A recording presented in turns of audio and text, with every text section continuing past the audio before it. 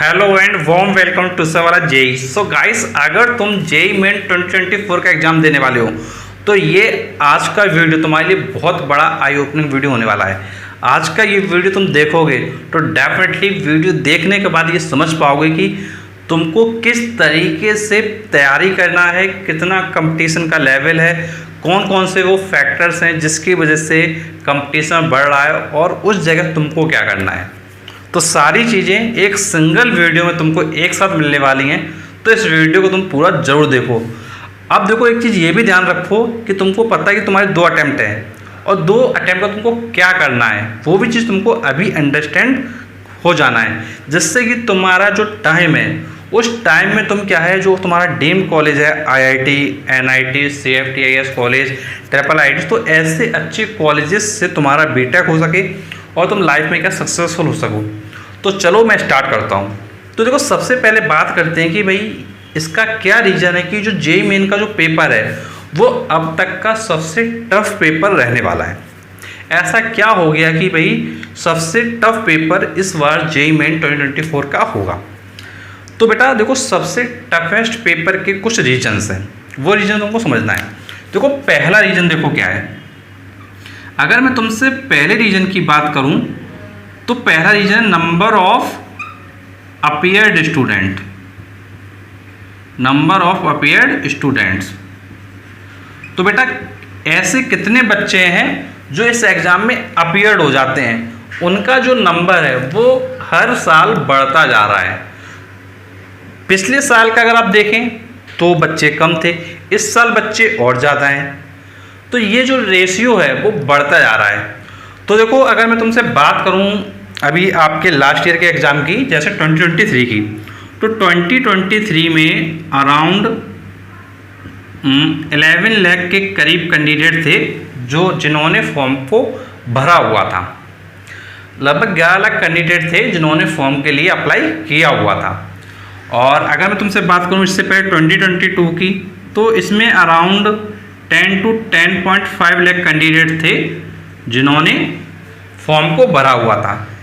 अब आप देख रहे हो कि कुछ कैंडिडेट 2023 में बढ़ गए, इसी तरीके से 2024 में ये डेटा क्या है और ज़्यादा हो जाएगा।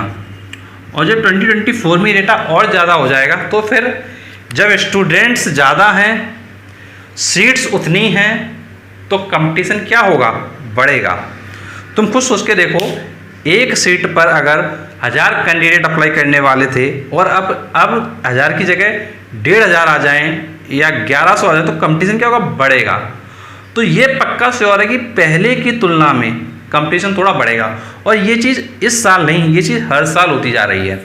अगर आप 2020 में देखेंगे, उसके बाद आप 2021 का देखें, 2022 का देखें, 2023 का देखें, तो हर साल बच्चों की जो संख्या है वो बढ़ती जा रही है। और जब संख्या बढ़ती जा रही है तो इसका मतलब क्या है, कंपटीशन बढ़ता जाएगा, क्योंकि सीट्स उतनी हैं, सीट्स तो नहीं बढ़ रही हैं। जब सीट्स उतनी हैं लेकिन बच्चे बढ़ रहे हैं तो इसका मतलब क्या है, उन सीट्स पर क्या कंपटीशन बढ़ता जा रहा है। तो पहली चीज़ तो ये हो गई कि भाई जब फॉर्म ज़्यादा आते हैं तो एग्ज़ाम देने वाले कैंडिडेट भी ज़्यादा हो जाते हैं। अब अगर मैं तुमसे सेकंड फैक्टर की बात करूँ तो वो है सीट्स। अगर देखो मैं तुमसे बात करूँ सीट्स की, तो देखो तुमको पता होना चाहिए जो IITs कॉलेजेस हैं वहाँ पे लगभग 16,000 के करीब सीट्स हैं। हम मोटा मोटा डेटा लेते हैं कि 16,000 के करीब क्या है IITs में सीट्स हैं। अगर मैं आपसे बात करूँ NITs कॉलेज की, तो NITs कॉलेजेस में अराउंड 23,900 के समथिंग सीट हैं। अब देखो, ये तुम्हारी सीट्स क्या हैं, ये सीट्स तो लिमिटेड है ना, सीट्स जितनी रहने वाली हैं उतनी तो रहने वाली हैं। लेकिन एक चीज़ और हो रही है, एक चीज़ बच्चों के माइंड में और हो रही है कि जो बच्चे हैं वो बढ़ कहाँ से रहे हैं, मतलब बच्चे आ कहाँ से रहे हैं। ऐसा क्या हो रहा है कि बच्चे बढ़ते जा रहे हैं, क्या कोई जादू वादू हो रहा है क्या, भाई बच्चे कहाँ से बढ़ते जा रहे हैं, ये भी कहेंगे क्वेश्चन आ रहा है। तो मैं बताता हूँ कोई बच्चे कहाँ से बढ़ रहे हैं। तो देखो, बच्चों के जो बढ़ने का सबसे बड़ा कारण है, देखो बहुत समझना। देखो, जो पहले बच्चे जो तैयारी करते थे वो मोस्टली कौन लोग करते थे, जो रिच फैमिली से थे या मिडिल क्लास से थे। लेकिन जो पुअर फैमिली के बच्चे थे वो क्या है, बहुत कम लोग तैयारी करते थे। लेकिन अब क्या हो रहा है, जो रिच फैमिली से कैंडिडेट है, जो मिडिल क्लास से है और जो पुअर फैमिली से है, वो सारे के सारे बच्चे अब क्या है, तैयारी में लगे हुए हैं। तो कहीं ना कहीं देखा जाए तो जो पुअर फैमिली के जो कैंडिडेट हैं और जो मिडिल क्लास के कैंडिडेट हैं, उनकी संख्या क्या है, बढ़ गई। तो पुअर फैमिली वाले और मिडिल क्लास वालों की संख्या क्या है, बढ़ गई। और जब इनकी संख्या बढ़ गई तो फिर क्या हुआ, तो फिर कंपटीशन आ गया। अब तुम्हारे माइंड में होगा कि भाई इनकी संख्या क्यों बढ़ गई, भाई क्या पहले क्यों नहीं करते तैयारी। बेटा पहले इसलिए नहीं करते थे ये लोग तैयारी, क्योंकि यार पहले कोचिंगों में फीस 1 लाख रुपये, 70,000 रुपये, 1.5 लाख रुपये इस तरीके से होती थी। और जब ये होती थी तो उस वजह से बच्चे क्या है, क्लासेस को ऑफलाइन अटेंड नहीं कर पाते थे। और पहले सारी क्लासेस वगैरह क्या ऑफलाइन चलती थी। लेकिन जैसे जैसे ये जो ऑनलाइन का ज़माना आ गया है, इस ऑनलाइन के ज़माने में जो कोर्सेज वगैरह हैं, आईआईटी का तुम ले लो, तुम यार अगर नीट का भी ले लो, किसी का तुम कोर्स ले लो यार, हर एक कोर्स क्या है, बहुत ही कम प्राइस में अवेलेबल है। तुमको यार अगर मैं तुमको बताऊं तो अगर किसी बच्चे के पास सिर्फ 5,000 रुपये के नियर अबाउट है, तो यार वो आराम से कहीं ना कहीं कोर्स भाई कर लेगा, जहाँ पे वो अपने जेई मेन की भी तैयारी कर लेगा, जेई एडवांस की भी तैयारी कर लेगा। तो जब इतनी अफोर्डेबल हो गई है एजुकेशन, तो फिर क्या है, तो उस जगह मिडिल क्लास वालों को और पुअर फैमिली वालों को कोई प्रॉब्लम नहीं है तैयारी करने में। और जब प्रॉब्लम नहीं है तो फिर क्या है, सिलेक्शन होता है। और जब ये लोग आएंगे तो फिर ऑब्वियस सी बात है कि जब नंबर ऑफ कैंडिडेट बढ़ गए तो कंपटीशन क्या बढ़ गया। अब अगर देखो नेक्स्ट पॉइंट पे तुमसे बात करूं और क्यों कंपटीशन बढ़ता है, उसका रीज़न है 90% बोर्ड में लाने वाले बच्चे, 90% बोर्ड में लाने वाले बच्चे। अब बेटा देखो हो क्या रहा है, अब सारे बच्चे जो तैयारी कर रहे हैं उनके पास पढ़ने के उपलब्ध साधन बहुत सारे हो गए हैं। और जब साधन आसानी से उपलब्ध हो गए हैं, बोर्ड एग्ज़ाम की तैयारी बहुत कम प्राइस पे अवेलेबल है, तो इसका मतलब एक ये हो रहा है कि जो बच्चे पहले नहीं पढ़ते थे या पैसे की कमी से नहीं पढ़ पाते थे, वो बच्चे बोर्ड में 90% तक ला रहे हैं। और जब 90% लाने वालों की संख्या बढ़ गई तो फिर कंपटीशन बढ़ गया। तो अगर मैं तुमसे बात करूं, अगर सीबीएसई बोर्ड का अगर मैं तुमसे अभी डेटा शेयर करूं, तो सीबीएसई में 2023 में 3 लाख से अधिक बच्चे हैं जिनका 90% से ज़्यादा है, सिर्फ सीबीएसई बोर्ड में। अब तुम यूपी बोर्ड में देख लो, महाराष्ट्र बोर्ड में देख लो, बिहार बोर्ड में देख लो, जितने भी स्टेट बोर्ड हैं उनमें देख लो, आईएससी बोर्ड में देख लो, तो भैया जब 90% से ज़्यादा लाने वाले बच्चों की संख्या बढ़ी तो इसका मतलब ये सब क्या है, ये सब ब्रिलियंट माइंड है। और जब ये सारे के सारे ब्रिलियंट माइंड हैं और एक जगह जब घोड़ों की रेस हो रही है, तो भैया अब जो घोड़ा परफेक्ट होगा वही तो आगे निकलेगा। तो कहीं ना कहीं ये रीज़न हो रहा है कंपटीशन बढ़ने का। पहले कई बच्चे पढ़ने में कमज़ोर होते थे जिनको लोग गधा कहते थे, तो यार जब गधों की रेस में घोड़े दौड़ते थे तो भाई उनको तो आगे आना ही है। लेकिन अब घोड़े ज़्यादा हो गए, गधे बहुत कम हो गए। और जब घोड़े बहुत ज़्यादा हो गए तो फिर क्या है, घोड़ों का आगे निकलना मुश्किल हो जाएगा, सारे घोड़े तो आगे नहीं निकल पाएंगे। तो कहने का मतलब ये है कि पहले वीक स्टूडेंट भी एग्ज़ाम को दे रहे थे, बट आज की डेट में काफ़ी बच्चे हैं जो मेहनत कर रहे हैं, अच्छे से पढ़ाई कर रहे हैं। तो उस जगह जब 90% से ज़्यादा लाने वाले बच्चे इतने ज़्यादा हो जाएंगे तो फिर कंपटीशन तो टफ होगा। जब सीबीएसई में 3 लाख है, अगर मैं सारे बोर्ड को मिला लूँ तो यार आराम से 20-25 लाख कैंडिडेट आराम से होंगे जो सारे बोर्ड को मिला लें, जो 90% से ज़्यादा ला रहे होंगे। अब उनमें से आराम से 4-5 लाख कैंडिडेट ऐसे होंगे जो आईआईटी जेईई के एग्ज़ाम को दे रहे होंगे और अपने लिए एक्सपेक्ट कर रहे होंगे कि भैया मेरे को आईआईटी मिल जाए, मेरे को एनआईटी मिल जाए, मेरे को सीएफटीआईएस कॉलेज मिल जाए, वो सोच रहे होंगे। और जो उनमें अब आगे आके मेहनत करेगा तो वो क्या आगे निकल जाएगा। तो यहाँ पे तुम क्या देख रहे हो, यहाँ पे तुम ये देख रहे हो 5th पॉइंट कि परसेंट मैटर नहीं करता है। मतलब 90% लाना वाला बच्चा भी अब बेकार हो सकता है। क्यों हो सकता है? क्योंकि बच्चों की संख्या बहुत ज़्यादा है जो 90% से ज़्यादा ला रहे हैं। तो सिर्फ अपने 90% की वजह से ये मत सोचना कि यार तुम्हारा सिलेक्शन हो जाएगा। एंड नेक्स्ट डिफरेंस तुमको समझना, ये बहुत ज़्यादा इम्पॉर्टेंट है। जो डिफरेंस 10th से 11th में होता है वही डिफरेंस 12th से IIT JEE की तैयारी में होता है। तो जो तुम तैयारी कर रहे हो JEE मेन एग्जाम के लिए, जितना डिफरेंस तुम्हारा 10th से 11th में है उतना ही डिफरेंस तुम्हारा 12th से IIT JEE के एग्जाम में है, मेन और एडवांस के लिए। मतलब पहले तुम छोटी बुक पढ़ते थे, अब तुम मोटी बुक पढ़ते हो, पतली बुक मोटी बुक, पतली बुक मोटी बुक। तो ये जब तुम पढ़ते हो तो डिफरेंसेस ये हो रहे हैं। तो इसका मतलब है कि तुमको पढ़ना भी अब ज़्यादा पड़ेगा। और जो बच्चा ये सोच के बैठा यार मेरा तो 90% आ गया था, मेरा तो आराम से हो जाएगा, तो बेटा वो अपने ओवर कॉन्फिडेंस में नीचे चला जाएगा। तो नेक्स्ट फैक्टर तुमको ध्यान रखना है कि अपने परसेंटेज को लेके ओवर कॉन्फिडेंट नहीं होना है। तो ओवर कॉन्फिडेंस है जो बच्चों को आगे बढ़ने से रोक देता है। तो बेटा ओवर कॉन्फिडेंस में नहीं आना है। और ओवर कॉन्फिडेंस में आए तो जो तुम सोच रहे हो एक गोल अचीव करने की, उस गोल से कहीं ना कहीं तुम क्या है दूर हो जाओगे। एंड यार एक चीज़ बताता हूँ यहाँ पर तुमको मैं, एक चीज़ बहुत अच्छे से समझना। कई बच्चे होते हैं जो 12th के बाद तैयारी करते हैं फर्स्ट टाइम। तो यार उनको एक चीज़ ये ध्यान रखनी चाहिए, जो 1000 बच्चों का बैच होता है ना बेटा, उसमें से तुम मान के चलो सिर्फ 5 बच्चे ही हैं जिनका सिलेक्शन होता है।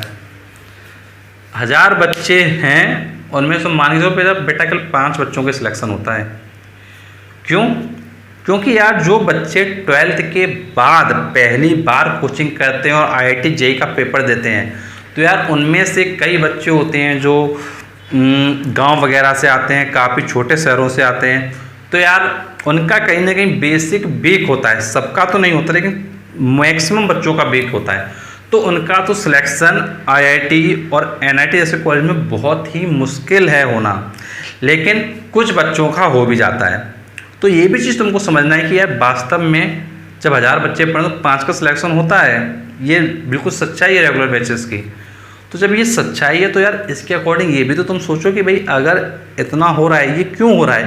क्योंकि बच्चे पढ़ने में इंटरेस्ट नहीं ले रहे हैं। अगर उनका बेस वीक था तो उनको अपने बेस को स्ट्रॉन्ग करना पड़ेगा।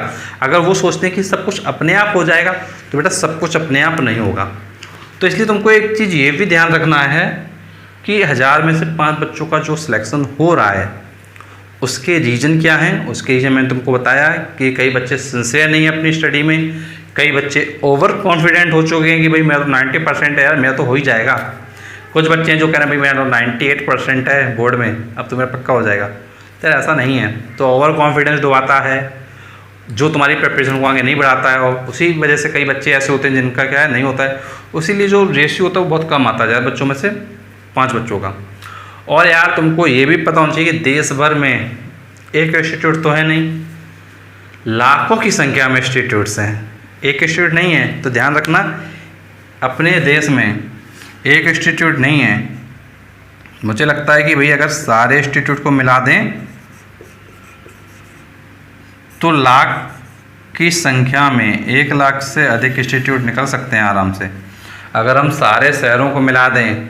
यार अब तुम देखो तो रियलिटी की बात कहूँ, 11th के जो टीचर्स होते हैं जो कोचिंग पढ़ाते हैं वो भी IIT का पढ़ा रहे हैं, जो 12th में पढ़ा रहे हैं बच्चों को भी IIT का पढ़ाया जा रहा है। कुछ बच्चे हैं जो 6th 7th 8th से IIT की तैयारी कर रहे हैं, कुछ बच्चे हैं जो 12th के बाद कर रहे हैं। तो यार अगर देखा जाए तो लाखों की संख्या में इंस्टीट्यूट्स हैं जो ऐसा करवा रहे हैं। और एक दो इंस्टीट्यूट थोड़ी है यार, अगर तुम एक शहर को काउंट कर लो, एक शहर में कितने इंस्टीट्यूट्स होंगे सोच के देख लो। तो अपना शहर पकड़ लेना जिस शहर में तुम रहते हो, वहाँ देखना तुम कितने इंस्टीट्यूट हैं IIT के, एक बार गिनना। तो वहाँ चेक करना कि भाई IIT कोचिंग कराने वाले कितने ऐसे कोचिंग सेंटर हैं, कितने ऐसे कोचिंग इंस्टीट्यूट हैं जो तैयारी कराते हैं। तुम अपने शहर में काउंट करना, फिर तुम देखना कि भाई तुम्हारे स्टेट में कितने शहर हैं तो कितने इंस्टीट्यूट लगभग होंगे। फिर तुम काउंट करना कि भाई ऑल ओवर इंडिया में कितने इंस्टीट्यूट्स होंगे। तो भाई हर इंस्टीट्यूट से सिलेक्शन ऐसे होते हैं 4-5 जो बेस्ट इंस्टीट्यूट्स होते हैं भाई वहाँ सिलेक्शन का रेशियो 1000 में से 100 का हो जाता है कई बार, ऐसा भी है भाई 1000 में 100 का हो जाता है कई बार, तो ये भी मैटर करता है।